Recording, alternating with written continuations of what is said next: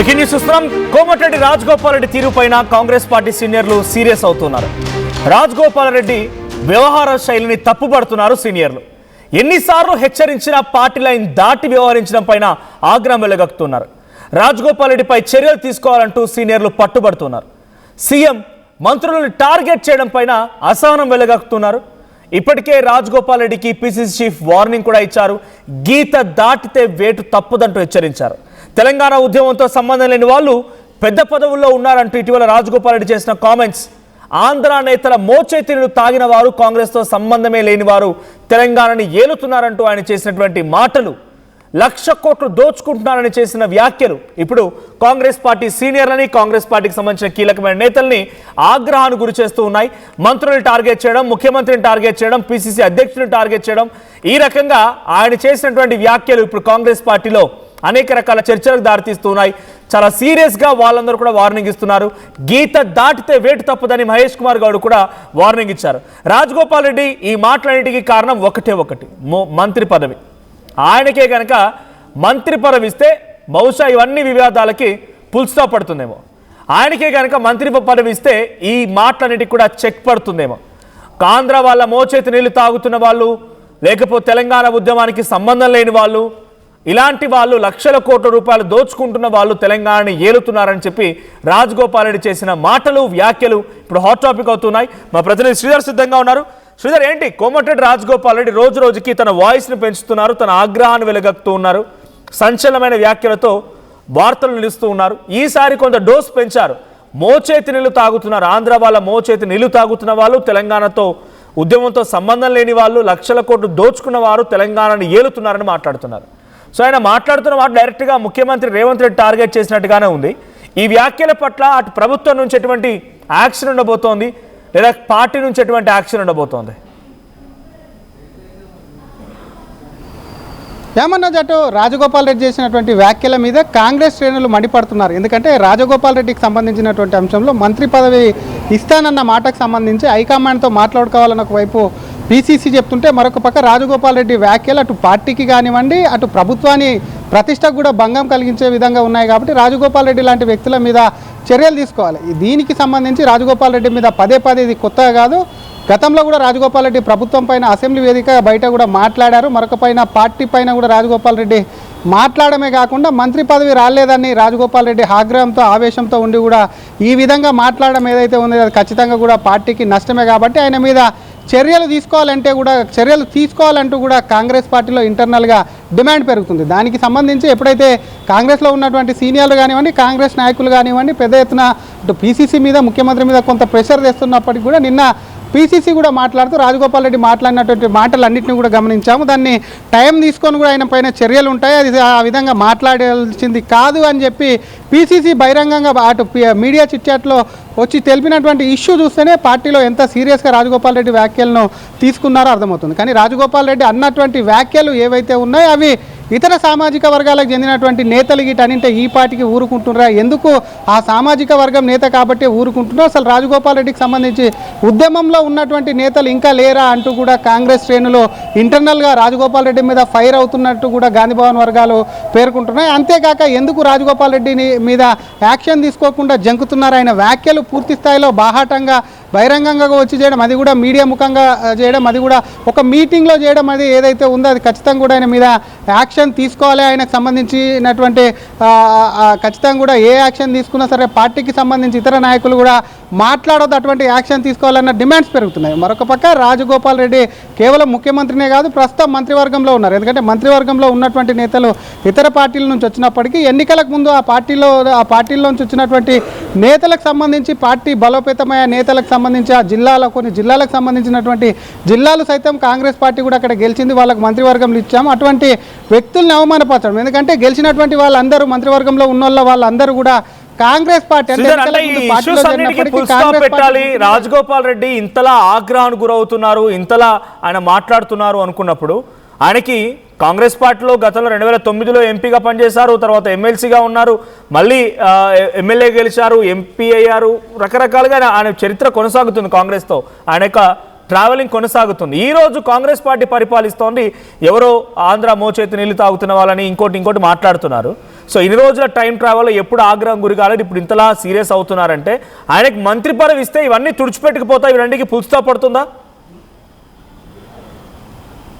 ఖచ్చితంగా మనోజ్, ఎందుకంటే మంత్రి పదవి ఇస్తే బాధ్యత ఒకటి మొదటగా మంత్రివర్గంలో ఉన్నటువంటి నేత బాధ్యతగా మాట్లాడాల్సి వస్తుంది కాబట్టి ఆయన మంత్రివర్గంలోకి తీసుకుంటే ఒకటి బాధ్యతాయుతంగానే, ఇంకోవైపు ఆయనకు మంత్రివర్గంలో చోటు ఇస్తామన్న మాట కూడా ఆమె నెరవేరుతుంది కాబట్టి కొంత శాంతి ఇచ్చేటువంటి అవకాశం ఉంటుంది. అప్పుడు ఈ విధంగా పార్టీ పైన కానివ్వండి, ప్రభుత్వం పైన కానివ్వండి మాట్లాడేటువంటి అవకాశం అనేది ఉండదు. కానీ ప్రస్తుతం మంత్రివర్గ విస్తరణ అనేది కూడా ఉండకపోవచ్చు, ఎందుకంటే కర్ణాటకలో జరిగినటువంటి పరిణామాలు, ముఖ్యమంత్రి మార్పు అనంతరం అక్కడ ఎమ్మెల్యేలు కూడా రాజీనామా చేస్తాము, అటు సిద్ధరామయ్యకు సంబంధించినటువంటి సపోర్టర్స్ మంత్రి పదవి ఆశించారు, రాలేదు కాబట్టి రాజీనామా చేస్తామనడం, అక్కడ ముఖ్యమంత్రి సైతం అదే రీతిలో కూడా వాళ్ళకు ధీటుగా బదిలీయడం ఏదైతే ఉందో ఆ పరిణామాలన్నీ చూసినాక మిగతా క్యాబినెట్ బెర్తులకు సంబంధించి కూడా ఒకవైపు కాంగ్రెస్ ప్రభుత్వం, ఇక్కడ కాంగ్రెస్ హైకమాండ్ ఇక్కడ ఉన్నటువంటి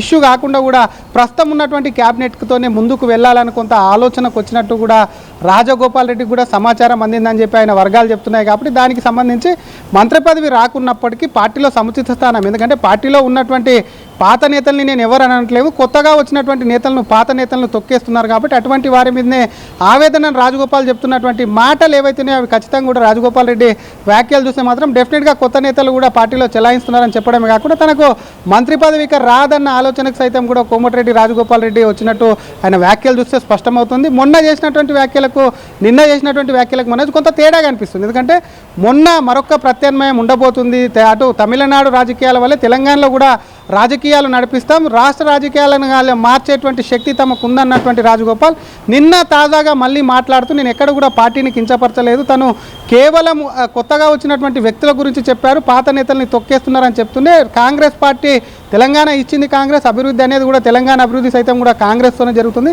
రాహుల్ గాంధీని ప్రధాని చేస్తాం, రాహుల్ గాంధీ బాటలో నడిస్తే ఎక్కడ పార్టీ మారనని చెప్పినటువంటి వ్యాఖ్యలు చూస్తే మాత్రం డెఫినెట్గా మనం ఇందాక చెప్పినట్టు సీనియర్ల నుంచి, పార్టీ అగ్రనాయకత్వం నుంచి సైతం కూడా రాజగోపాల్ రెడ్డికి కొంత ఆదేశాలు ఇవ్వడం కాకుండా కొంత మొట్టికాయలు వేశారన్న అనుమానం సైతం కూడా గాంధీ భవన్ వర్గాల్లో కలుగుతుంది. కాబట్టి మరి ఇప్పటికీ రాజగోపాల్ రెడ్డి తను చేసినటువంటి వ్యాఖ్యలు ఏవైతే ఉన్నాయో ఎక్కడ తన ముఖ్యమంత్రిని కానీ పార్టీలో అగ్రస్థానంలో ఉన్నటువంటి నేతలు లేదు, కేవలం కొంతమంది ఆంధ్ర వాళ్ళ మోచేతులు నిల్లాలి ఇక్కడ పార్టీకి ద్రోహం చేస్తున్నారు కాబట్టి అటువంటి వాళ్ళని అంటున్నాడు. కాబట్టి వాళ్ళ పేర్లు ఏంటి అనేది, ఎందుకంటే ఇండైరెక్ట్గా ముఖ్యమంత్రికి కానివ్వండి, మంత్రివర్గంలో ఉన్నటువంటి మరొక మంత్రికి కానివ్వండి, ఇతర మంత్రులకు కూడా ఇది వర్తిస్తుంది కాబట్టి వాళ్ళ పేర్లు చెప్పేందుకు వెనుకాడుతున్నప్పటికీ కూడా ఖచ్చితంగా రాజగోపాల్ రెడ్డి మీద కొంత యాక్షన్ ఉంటే ఇంకొక నేత, ఎందుకంటే ఎలక్షన్కు 2.5 ఏళ్ల సమయం ఉంది, ఇదే విధంగా కొనసాగితే ప్రభుత్వానికి పార్టీకి నష్టం చేకూరి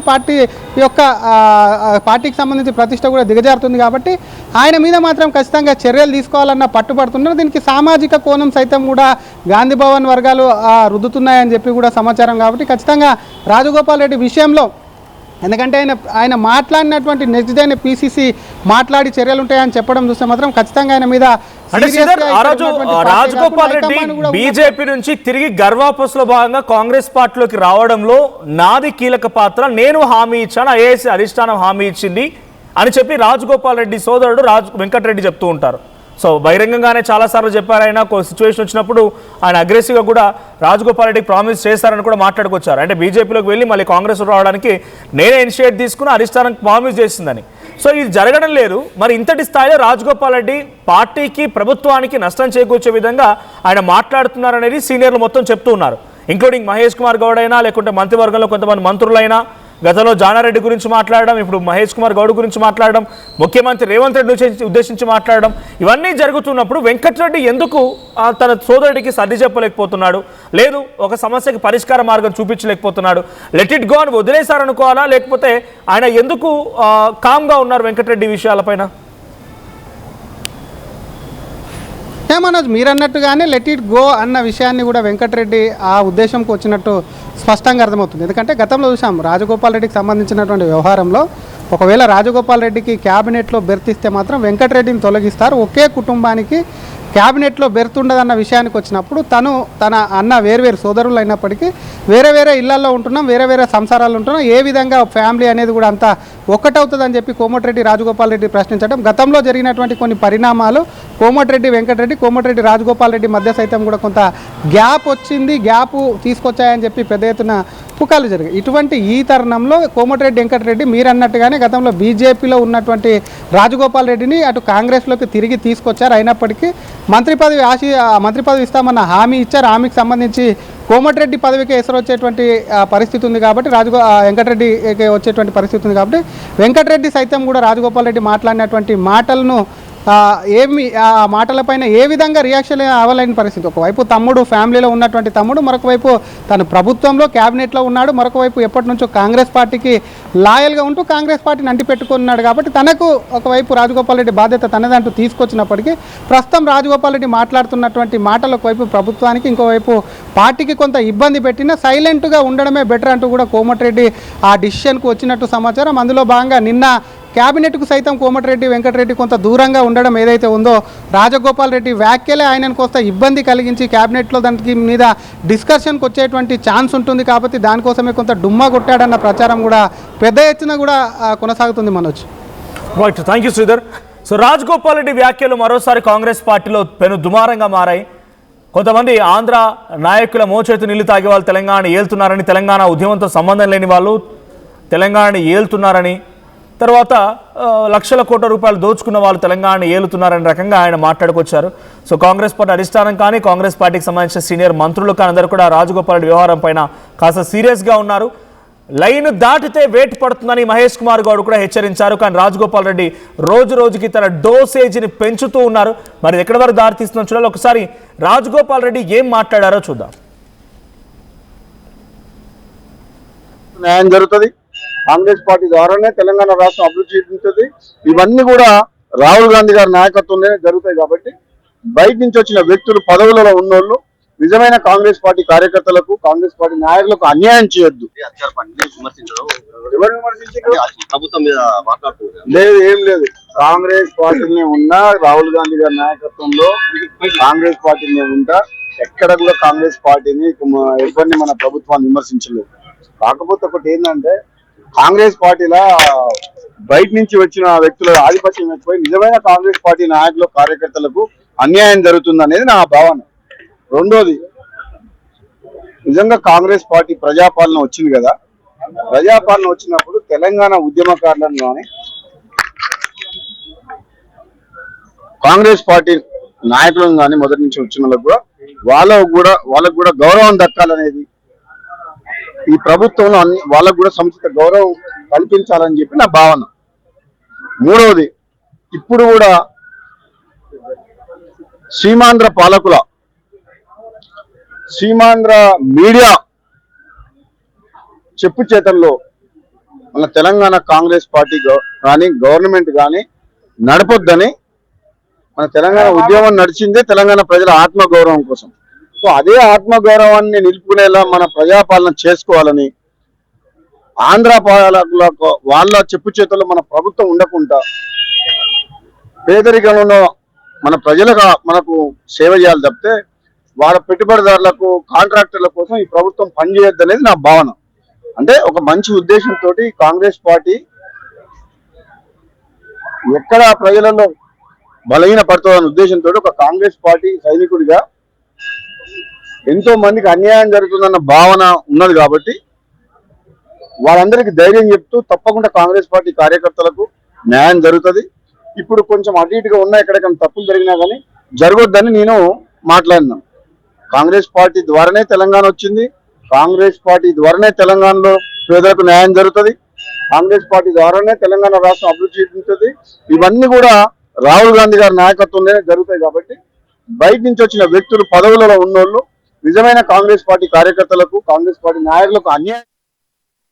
భద్రమైన రేపటి హామీ NSR developers approved premium open plots. Call 8885 Wishing you all a very happy Independence Day from Mandira Premium Silver Jewelry. Rajita Ranjita Rajita Bharanam, pure in its form with grace made noble.